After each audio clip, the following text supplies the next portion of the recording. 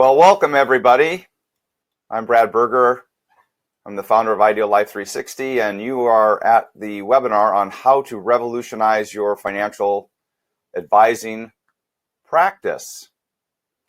So what I'd like to do is just invite everybody while we gather the rest of the attendees is to invite you to put in the chat box where you're from. So if you'll put what city you're from, I'd love to see where we have people attending from. And we'll get you used to some of the operation of the chat box. We'll be using that to allow you to answer some questions later on, to take a poll, and provide you some other opportunities. So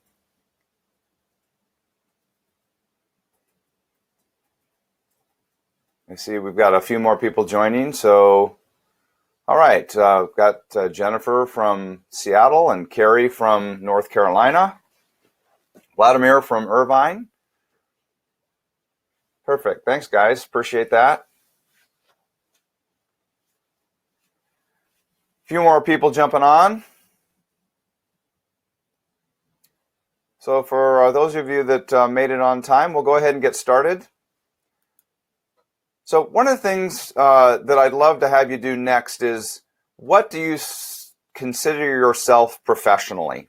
So as you describe to individuals, what your profession is, maybe not what your elevator pitch is, but what your profession is. Are you a CFP? Are you an insurance professional, etc.? Would love if you would also give me some feedback on what you consider yourself professionally. And we had a few more people join. Scott from Minneapolis, Kevin from North Carolina, Jason from Utah, and Thomas from Edmonton.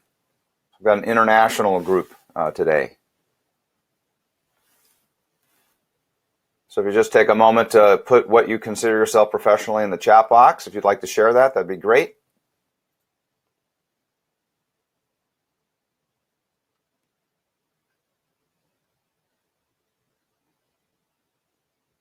And then the next question that I have, just to get a sense of who we have on the call, and that would be, how long have you been in the business? And again, this is just to give me an idea of who our audience is today. If you want to share how long you've been in the business, that would be great. Okay, we've got a financial advisor.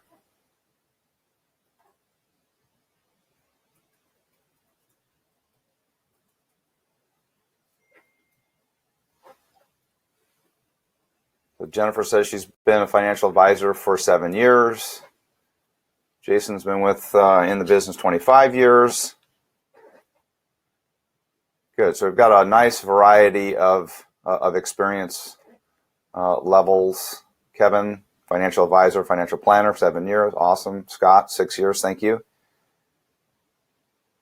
And then we're going to throw up Thomas, 23 years. Thanks. So let's throw up a poll here. Because I also recognize that people on the call could be from various structures. So we're going to throw a poll up. You should be able to see that on your screen just to get an idea of, are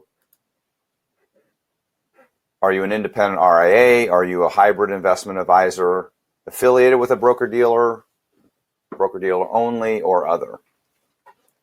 All right, so fairly decent mix. About a third are independent RIAs. The other third are hybrid investment advisor reps with a BD. Nobody with a BD only. And then we have the rest of the audience, the other third, making up the other category. Perfect. Well, let's go ahead and dive on in here and talk a little bit about who this webinar is for. And I really broke it down into broadly 3 categories. The first one is an advisor who's looking to enhance or grow their practice. And hopefully those of us that, even if we're in the apex of our career and maybe even looking to retirement 2 to 3 years down the road, hopefully you're still wanting to grow your practice. It's also for advisors who want to ensure that they have a thriving practice regardless of regulatory impacts. And it could also be for an advisor who is, say, 3 to 5 years from selling their practice and wants to make sure that they're maximizing the value of the business.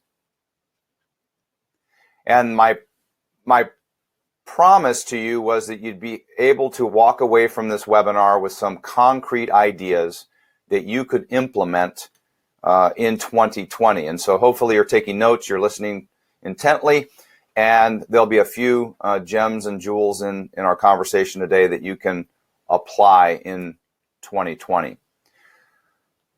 So as I talk to financial advisors, I have found that there are 3 primary challenges. They are the biggest challenges for most financial advisors. And those are finding new clients, the attrition of existing clients. I mean, once you've found them, you want to make sure you've onboarded them and you keep them on board.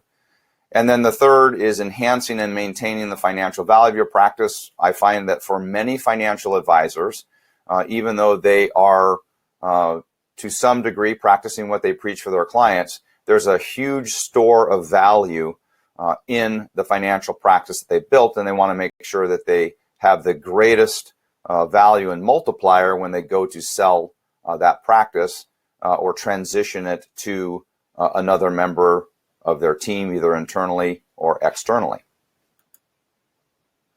So in our webinar today, we're going to talk about a number of subjects, but we're going to particularly talk about referrals and how you can become highly referable by both clients and centers of influence, how you can increase or start implementing fee revenue so you can attract prospects willing to pay anywhere between $5,000 to $10,000 in planning fees with a 70% or higher acceptance rate, and then ultimately loyalty, creating clients for life, very loyal clients who will never leave you. And I have a couple of case studies to chat with regard to that and my own personal experience that I'll share with you as well.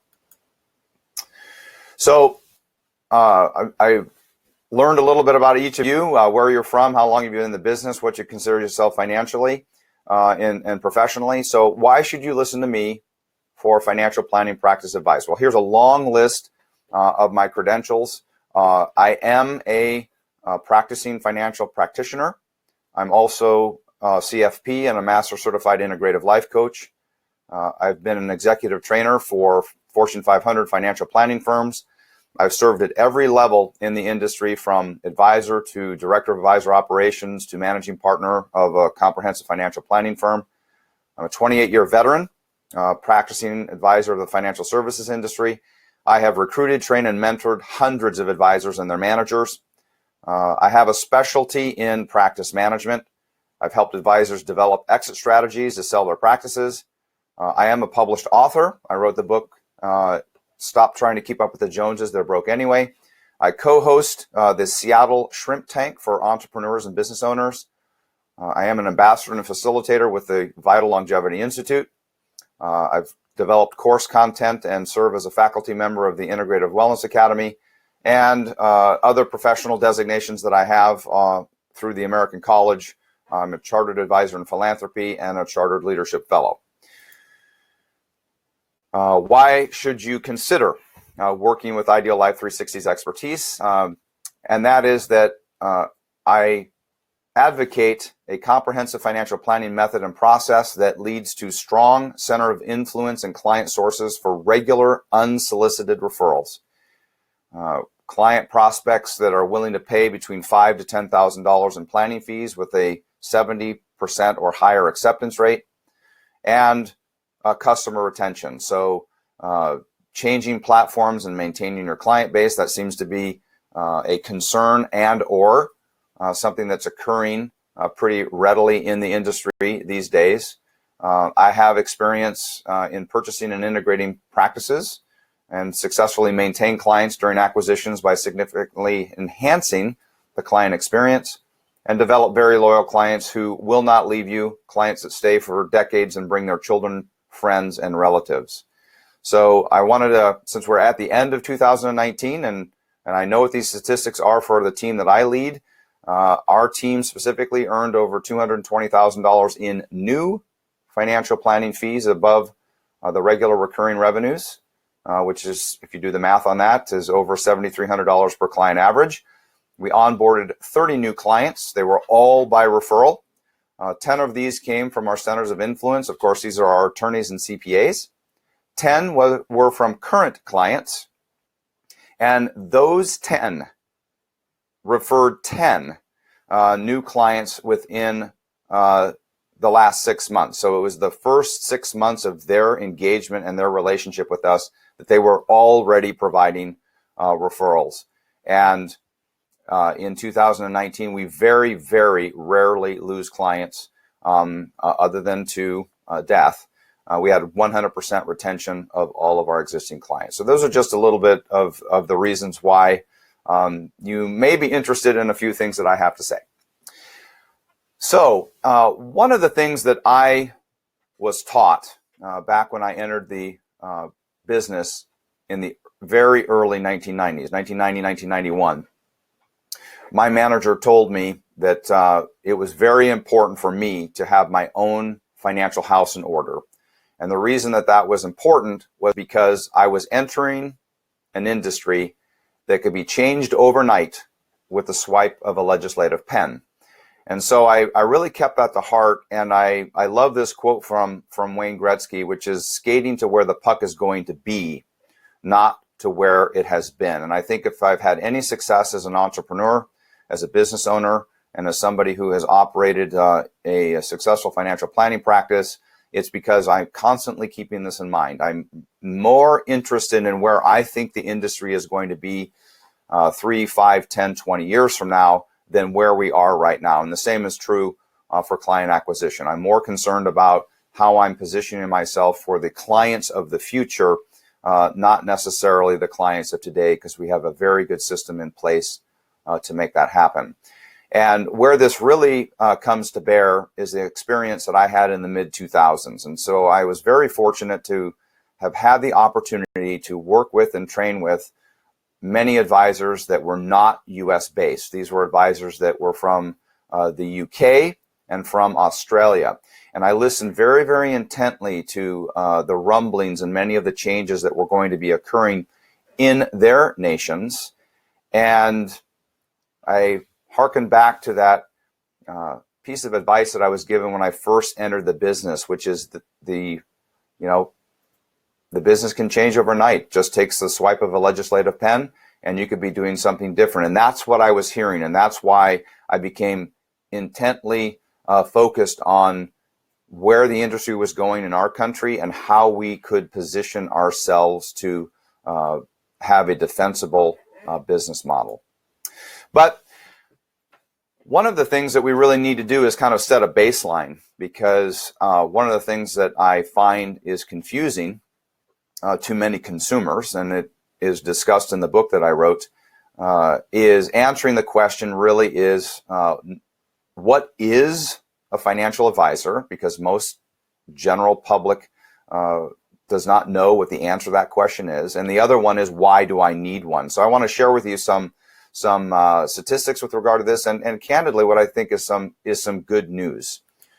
So we are all members, and many of us carry the financial advisor label, but it is a generic term with no precise industry definition. And there are many types of financial professionals that fall into these various general categories, and there's a list of them here.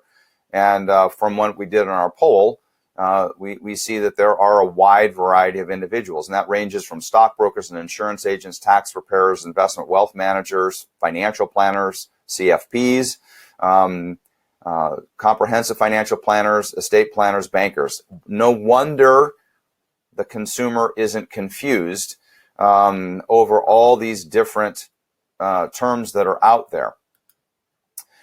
And there are also 13 misconceptions that I found in my research that the public has about advisors, right? And I'm sure that if you've been in this business for any length of time, you understand what those are. You can really trade for free. We're not in a real profession. anyone can do what we do. We're simply robo-advisors that have a pulse. The lowest price wins. We see that on TV commercials all the time. There's a misconception that all of the fees that are paid go into our pocket. The firm pays for everything they see. It's an adversarial role. Our job is to keep them from losing money. I know what will happen next. Inside information.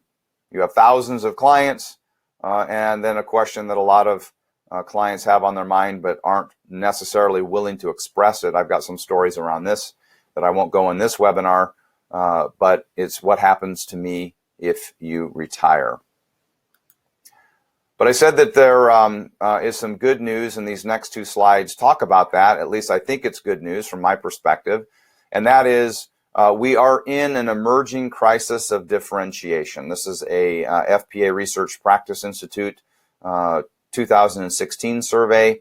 And essentially what they did was they said, what is it that clients are really looking for? What do they consider to be the important element of what they do, as well as advisors? And you'll notice that the top elements of this had to do with your interaction and your relationship with the client, and had a whole lot less about your investment expertise or the range of products you provide, or your technical expertise or your knowledge, right? That was down here. It was really all the relationship at the top that was the most important. And then I found this next slide to be really interesting, and that is, well, what about the fact that perhaps, the swan song is over, and, with the baby boomers moving on, and behind them are the 40-somethings, the 30-somethings, and the 20-somethings. Is there a role for the financial advisor? And the answer is yes, there is. And that's because what you find is that information is free. It's abundant. You can Google just about answer to anything that you have, but all that is just information. It's wisdom that they consider valuable. And I think there's a lot of great hope here, because I know that the millennials get a lot of grief for the fact that they may not be as disciplined as perhaps the baby boomer generation. But one of the things that this slide shows is that wisdom and your ability to impart that wisdom to them is of value. It is something that they are willing to pay for and that you can charge for. However, we need to balance that over the fact there's a very healthy skepticism that says that advisors are too self-centered. They're just too much into themselves, and they have their own self-interest in mind. So with that, one of the things that we want to take a look at is the challenges. Why do clients leave? There's a wide variety of reasons that clients leave, but one, of course, is they pass on, and they leave due to death. The other one is your client bonds with a new advisor, perhaps at a networking event, or this is a friend of a friend, or they ask, they're maybe not particularly satisfied with the current advisor, and they start asking around. And I will share with you the other reason I feel that clients leave is you focus only on the money. And we'll talk a little bit more about that, because I think that there are some significant improvements that the entire financial services industry could start to take on to move the focus not only on the money. So why clients come and why they stay? I believe that the primary reason is that you provide value to a client that is more than financial transactions. My experience has been that once you get people's financial situation truly up and running and on plane, and we'll talk about the 4 proven principles that you need to talk about, they're not going to leave if you have the ability to provide even more. And we'll talk about what that looks like. You promote quality of life, and you show their quality of life is able to be maintained for the rest of their lives. That's what clients are really looking for. It's what they value, and it's what they're willing to pay for and stay around for. So I shared with you that there will be some takeaways, and now we're going to get into those takeaways. The first one are the proven principles that develop clients for life. So these are what I believe and have found to be 4 proven principles that really resonate with clients. And the first one is really aligning client goals and values. And it's not just financial goals. It's talking about their lives and what it is that they want to achieve. But more importantly, and this is where you need to really have a skill set to be able to ask deeper penetrating questions. And that's really the why behind the what. I think most financial planners, and indeed that's evidenced by financial planning software, stop at what is it that you want to achieve, and they consider that to be the answer, and they move on. The next proven principle is framing their future and putting into place a process to help them get and maintain their financial house and put it in order and keep it in order. And that tends to lead to this third proven principle is instilling confidence. And that is that by developing, implementing, and maintaining a solid plan without deviation. And what I mean by without deviation, the process is without deviation. Financial plans are subject to adjustment, clearly, but you want to provide them confidence that you know what you're doing, you have a process to get it done, and you can put their mind at ease. And that leads to this fourth proven principle, which is when you can free up mental and physical space and time, you will create raving fans with the proven quality of life that they long for. So that is, and I talk about that deeper in the Practice Revolution course, which we'll talk about in a little bit, but how you establish these in your practice, how you execute on them, and how you deliver on them. So how is it that I got to this particular point? I want to just take a step back and talk about regulatory changes. I've mentioned it twice so far on the webinar, and that is this concept that the industry can be changed overnight with the swipe of a legislative pen. And this is a timeline that talks about the various changes in the various nations around the world as it relates to the financial services or financial advising role. So we had some early noise in the late 90s, early 2000s. 2005 was that time frame that I was starting to talk to advisors from the UK and Australia. And again, those rumblings that happened. FPA wins an SEC lawsuit. We have the birth of the hybrid RIA. And then interestingly enough, the first country to strike is India bans upfront commissions on mutual funds. So this is the first identifiable action taken by a legislative body. In 2010, the DOL fiduciary rule is proposed. But then overseas in Australia, the Future of Financial Advice reform is proposed in 2012. Australia then bans commissions. The UK has an entire retail distribution review and bans commissions. South Africa follows suit and bans commissions for financial advisors. Canada imposes some new transparency rules in 2018. The DOL rule was supposed to take effect, but of course now has been transformed into the best interest contract, and there are still a lot of work that the legislators propose that they do to impact that. And then something that it goes into effect here next month in Australia is the new code of conduct. So I really take a cue, especially from English-speaking countries that have similar structures and values of ours, to say that this is clearly a consumer-driven area and that we all need to be very, very aware of that. And we need to be building business practices and be working on a business model that can sustain many of these changes. I am a huge believer in having what I refer to as a clearly stated methodology, a framework, and a process. When somebody comes to you and engages you to be their financial advisor, I think you need to have a significant differentiator. And that differentiator, in my mind, needs to at least consist of a stated methodology, a framework that you operate, and a proven, documented process.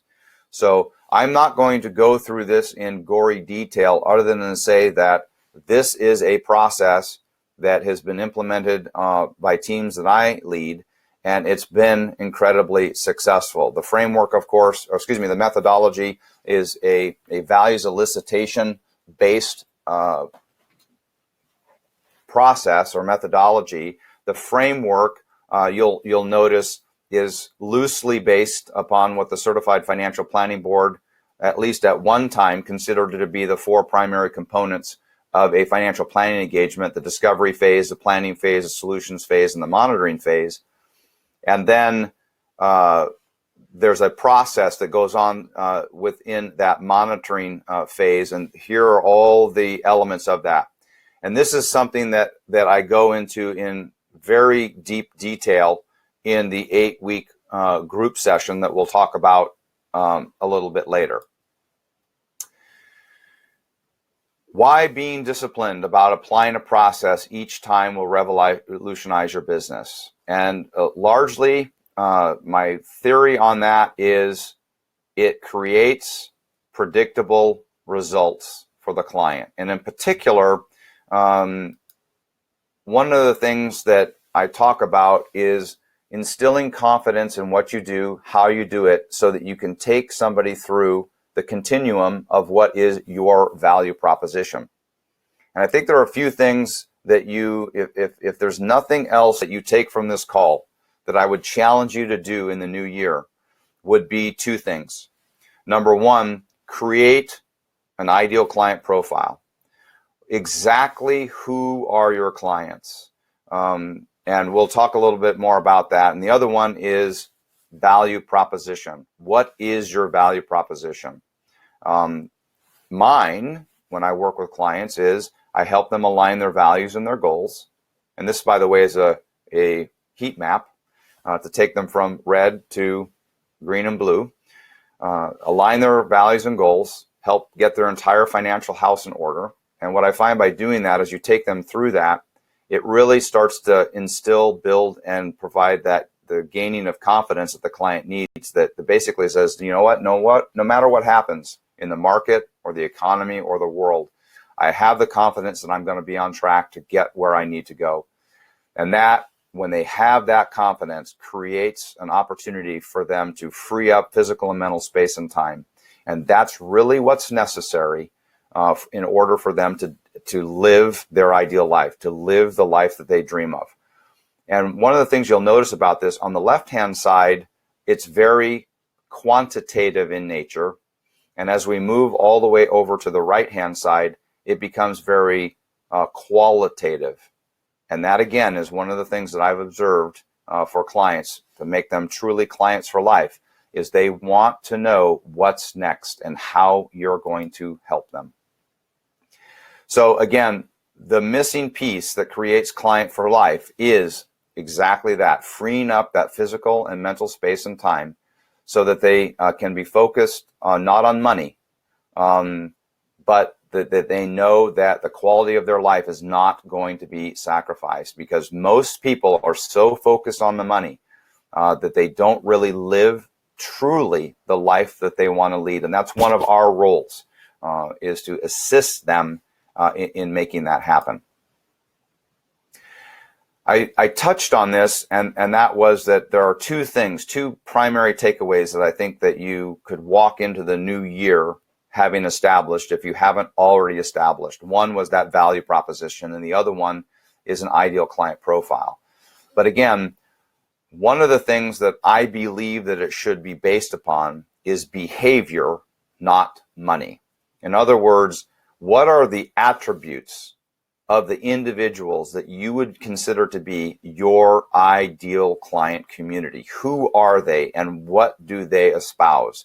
Not how much money they have, not how much money they can bring you. You can put your fees at a level that's going to solve itself. If you are charging $5,000 to $10,000 planning fees, you're not going to be opening up $5,000, $6,000 Roth IRAs or doing $50,000 rollovers. You're going to attract the sorts of individuals that would be willing to go through that process. We'll talk about how to define the ideal client profile and what those behaviors are, at least from my perspective, or what mine are, in the 8-week group working sessions that, again, I'll talk about in a little bit. Another area that I think that you could take into 2020, if you have the bandwidth to add a couple more things on there on your own, would be creating an ideal calendar and a matrix, which includes the client meetings for the upcoming year. This will drastically impact your business. I think if you were honest and looked at how you're operating your practice today, you may want to ask yourself the question, do I have an ideal calendar for how my practice operates on a day-to-day basis, on a week-to-week basis? Do I have specific time blocks created? Do I have a published week that says on Mondays, on Wednesdays, and Fridays from 10 a.m. to 12 p.m., these are the types of appointments that I do? Are you building in time to meet with your planning team? Are you building time to service your clients, to help new clients? That needs to be well defined and laid out. It's as you revolutionize your practice and you gain the success, having the ability to have a very organized system is what will allow you to continue to build on that success over time. The other thing is that if you put a process in place, among the things you may want to consider is the scheduling of your appointments well in advance. And in some cases, something that I have seen that has worked very, very well is actually scheduling the next year's worth of appointments in advance. And we'll talk a little bit about what the pros and cons and how you would actually execute that in the Practice Revolution course. And there is a planning process where the rubber meets the road, and this really will propel you into excellence in your implementation. Now, this is something that I believe is just a lost art, and I'm not sure how well it's taught anymore. But that is the importance of great listening skills, and then how to understand the implementation of what you have learned. There's an adage, 2 eyes, 1 mouth, and they should be used in proportion. And I even talk about taking that a little bit further. You also have 2 ears. So if we add that into the mix, you've got 2 eyes, 2 ears, and a mouth, and they should be used in about that proportion. I think too many advisors get into the habit of teaching, educating, and for their own potential edification, expressing all that they know. And among the things that I was taught was really to be self-aware, as well as share with the client that you don't want to get into this situation, and that is that all of us are capable of creating and building and assisting clients in implementing a complex, very detailed financial plan. But keep this in mind when the client asks you a question, and that is, did they ask you what time it was, or did they ask you to explain the blueprints for building a fine Swiss timepiece? And I think one of the things that we all need to recognize is that a vast majority of the time, the client just wants us to hear them, they want us to listen, and they simply want us to answer the question, what time is it? The other thing that I'm a big believer in is formulating, living, and regularly updating your own life operating system. All of us have mobile devices, computers, they all have an operating system. We have an operating system, and your life should have an operating. We have a physical operating system, and your life should have an operating system. And one of the things that I go into great detail with is, what does that look like? How do you build one? What are the components of an operating system for you to live your life? And how do you go about reviewing that? And it really is a very personal document. I share my own document in the course that I teach to give you some prompts of what you might want to consider. You could copy it completely, or you could use it as a springboard with your own ideas to create that. But and this is beyond just goal setting, right? Just as I talked a little bit about the fact that the ideal client profile is more than money, this is more than just what your goals are. Your goals should be included in this, but it's really about how you show up, who you're going to be with, how you're going to interact with them, and things that are way beyond just specific goals, even if they're monetary or beyond. The other thing that I'm obviously passionate about as an integrative life coach is having a mentor and a coach. That is foundational. And by the way, for both the client and you are the client's coach. And I don't know how many advisors don't take it upon themselves to really have, and at a minimum, a mentor that they can meet with regularly, but a coach. I have a coach, even though I am a coach. And it's important for me because it gives me perspective and a view around what I may not be seeing. There's a famous phrase, and that is that, we're all blind about something, and what is it that I'm not seeing? And this is one of those things that you do for your clients, but who's doing it for you? And I think you really need to understand why that is important in your growth, not only as an individual, but as an entrepreneur, as a business owner, as a financial advisor. Value adds. I'm big about value adds, and that's one of the things. This is just a sampling of some value added resources that are offered by the team that I lead in the financial practitioner space.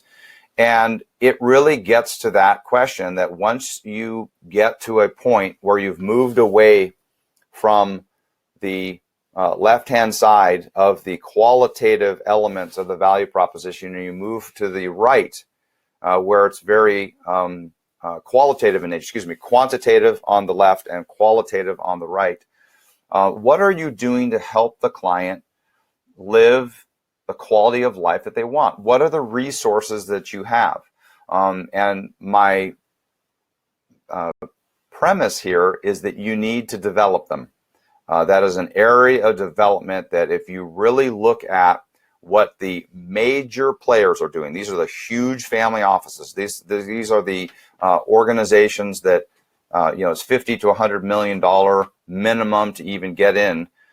You'll see that they're hiring, and they have on staff life coaches, psychologists, psychiatrists, etc. Because what people are really looking for is the answer to the question, what's next and now what? Now that my entire financial house is in order, now that I have the confidence, now that I have all this freedom, what do I do now? Because most individuals want to figure out what their purpose is and how they can make an even greater impact.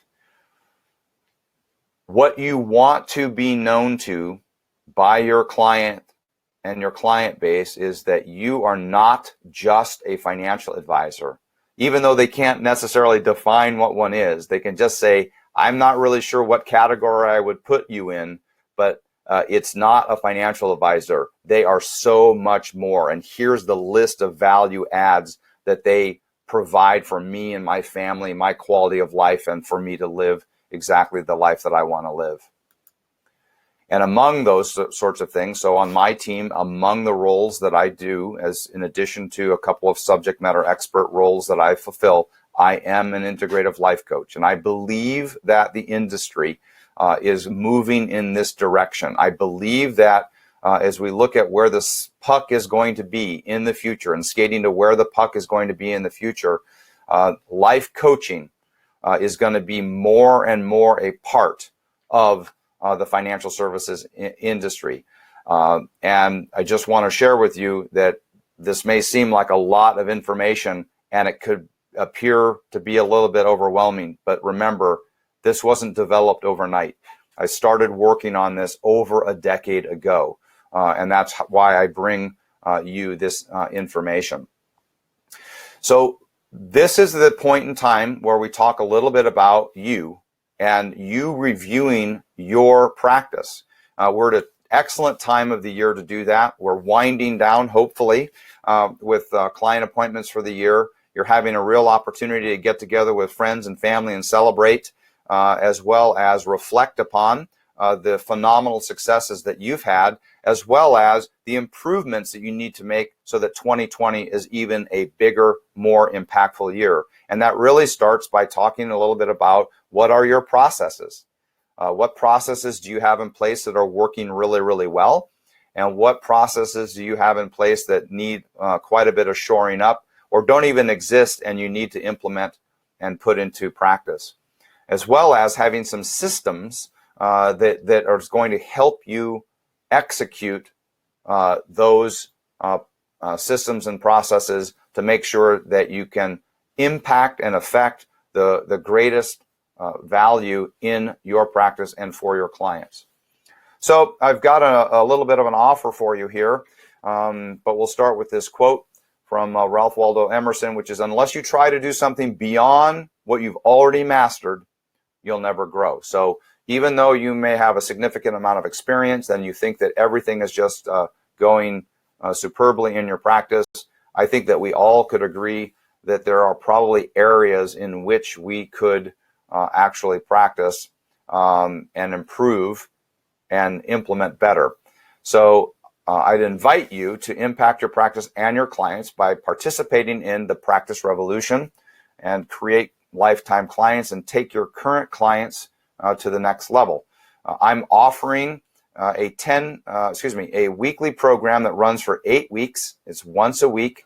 It's normally $2,500, but we're going to discount that to $1,750 if you use the discount code PR30. That's Practice Revolution 30 for the 30% discount if you register by 12/31/2019, because these are going to begin. We're going to put an offer up. It should pop up here in your chat box, so you can open up that page and not leave the webinar if you would like. Also, you can register by going to ideallife360.com and going to the shop. It's listed under the courses, but to actually enroll and purchase it, you go to the shop, you scroll down to Practice Revolution Interactive Group Coaching Program, click on that, and that will take you to the cart where you can check out. This is what you get. You'll receive online access to the entire Practice Revolution online course. There's a 30-minute one-on-one pre-course session and 30-minute one-on-one post-course session with me. What ends up happening is there will be pre-work for each week, which generally is listening to the audio recording, which ranges from 20 to 40 minutes, as well as download any exercises or worksheets for the next week. I encourage everybody to send questions weekly in advance of the webinar so that we can include that in specific scenario reviews, and we'll have Q&A sessions on those.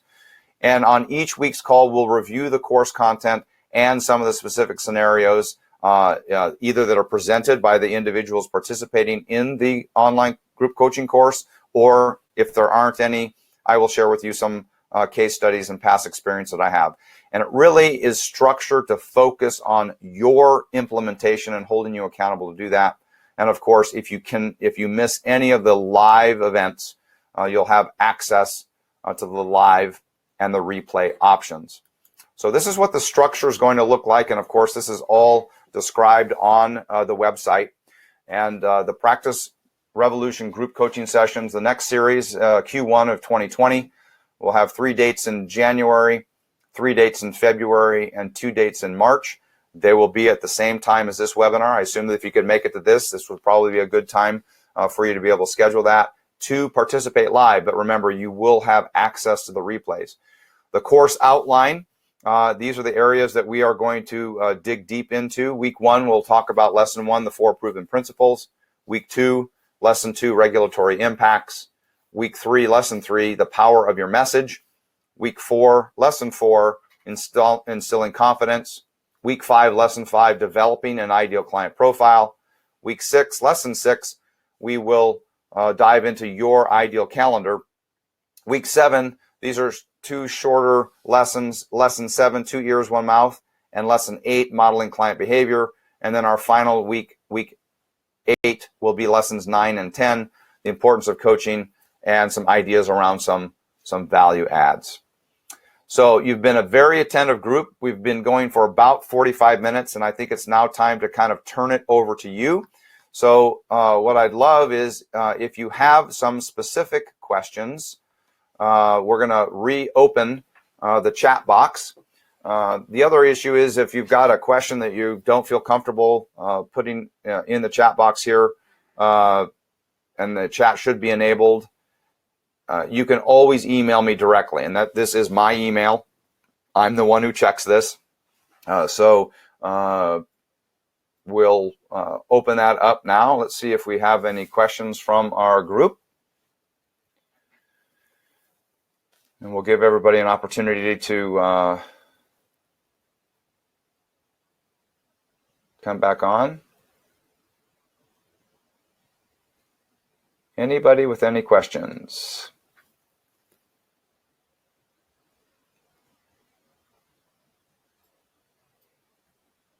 If you've got a question, I'd invite you to enter that into the chat box. And again, I've been presenting this whole time. It's really me. That's really my email. You can always email me, and we can continue a dialogue and answer some deeper questions associated with that.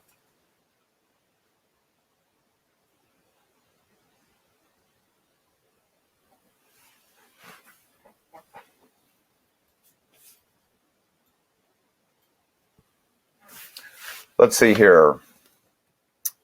So our chat's enabled.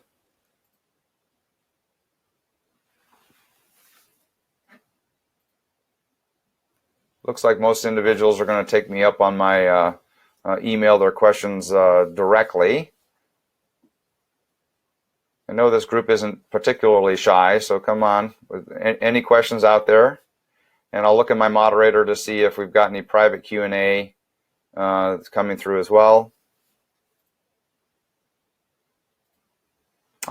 So here's a question. Somebody asks us, what do you consider to be some of your best value adds? Well, one of the best value adds that I think that I have implemented, and actually have one coming up in just a few weeks, is it started out, I call it Ideal Life Day, and it is sponsored by Ideal Life 360. That is my outside business activity that's all about coaching. That's why you're on this call. And that is I refer to it affectionately as an anti-money day. And that is a day in which I invite guest speakers that work in the health and wellness and mindset arenas to come and give some amazing presentations and workshops. Again, this clearly fits into what I call the qualitative space. And it is a very, very well attended event. And I think it fits into that category of that question that we get asked a lot, which is what are you? You're not a financial advisor. You're so much more. And when clients talk about the experience they have, I really think deep down that's what many, many clients are looking for.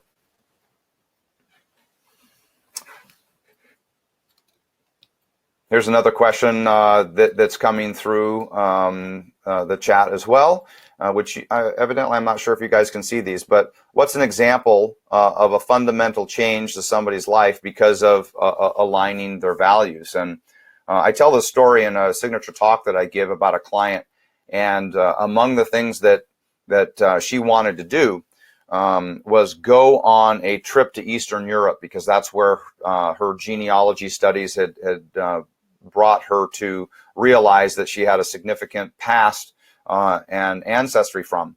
But the problem was she just was unwilling to travel the distance. And when I started to probe a little bit about why that was the situation, it was that she was just so focused on having to travel in coach that she couldn't bear the thought of being on the flights that she thought she had to do, because her entire focus was, how can I get there the cheapest way possible? And of course, I'm sure many of us have had clients like that, where we really look at that and say, I really don't see how it is that you're going to run out of money at the spending rate that you have. And in fact, you could go on an extravagant vacation like this, once a quarter, and you would never run out of money. So we had a deep conversation about really how the importance of that was a much higher priority than doing it for the least amount of airfare as possible. So through some conversations, I was able to convince her to at least give it a shot, to go on the trip and to go in business class or above. I can share with you that we were successful at helping her get over that barrier.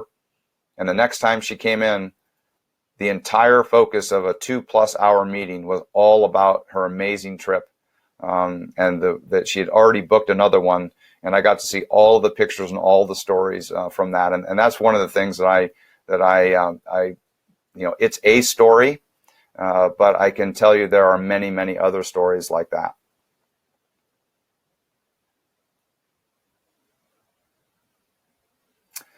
Somebody's asked this question. They said, can you describe a little further what you mean by the why behind the what? And for each individual, that's a little bit different. But when you do a values elicitation exercise with somebody and you really start to understand what it is that is most important to them, you really start to dig down into why a goal, as an example, is particularly important. And what you oftentimes find is that goal, and it may not make mathematical sense. And I think that that's one of the things that is a quality of a financial advisor who really has a great degree of empathy and really cares about helping the client move from that quantitative state into that qualitative state, is really to say, you know what, that may not make the most amount of financial sense.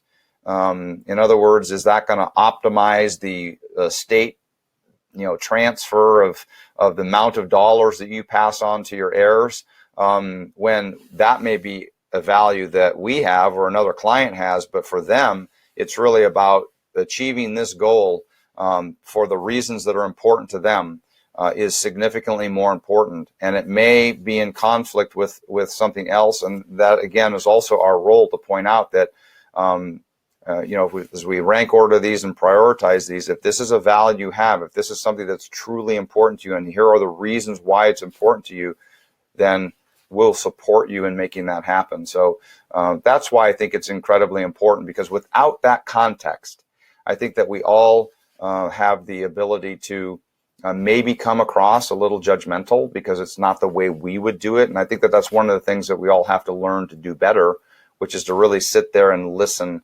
to making that happen.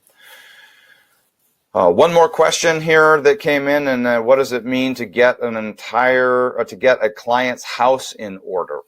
I have a definition with regard to that, and part of that is making sure that you understand where all the moving parts of a client's financial life is, and that's everything. You have a role, I believe, to be the head coach of your client's financial planning team. You have a responsibility to weave a thread of continuity between all of the disciplines that they have, and you need to be aware of a client's tax situation, their legal situation, their risk management situation. Whether you are involved in that directly or not, if you are delivering truly comprehensive financial planning, you do need to be aware of that. You need to be coordinating and being the general manager and head coach of that particular team to make sure that essentially every decision the client makes from that point forward is completely aligned with their most important goals and their most deeply held values. Well, guys, you've been incredibly patient. I think that is the end of the questions that we have in the chat box. We're right at about 55 minutes. I wanted to keep this an hour, so we will consider this to be a successful element. Again, encourage you to consider joining the Practice Revolution group coaching program, which you can find at ideallife360.com/shop. If you have any questions after again, remember PR30 will get you a 30% discount on that. We're going to close that down on the 31st of December, primarily because I want to make sure that we get well prepped and prepared for the next group coaching session that will begin on the 14th of January. If you have any questions in the meantime, you can email me at brad@ideallife360.com. I want to wish all of you a fantastic holiday season. Merry Christmas and Happy New Year. Please reach out to me if you have any additional questions as we'll get started in January, and hope everybody has a fantastic holiday season. Bye now.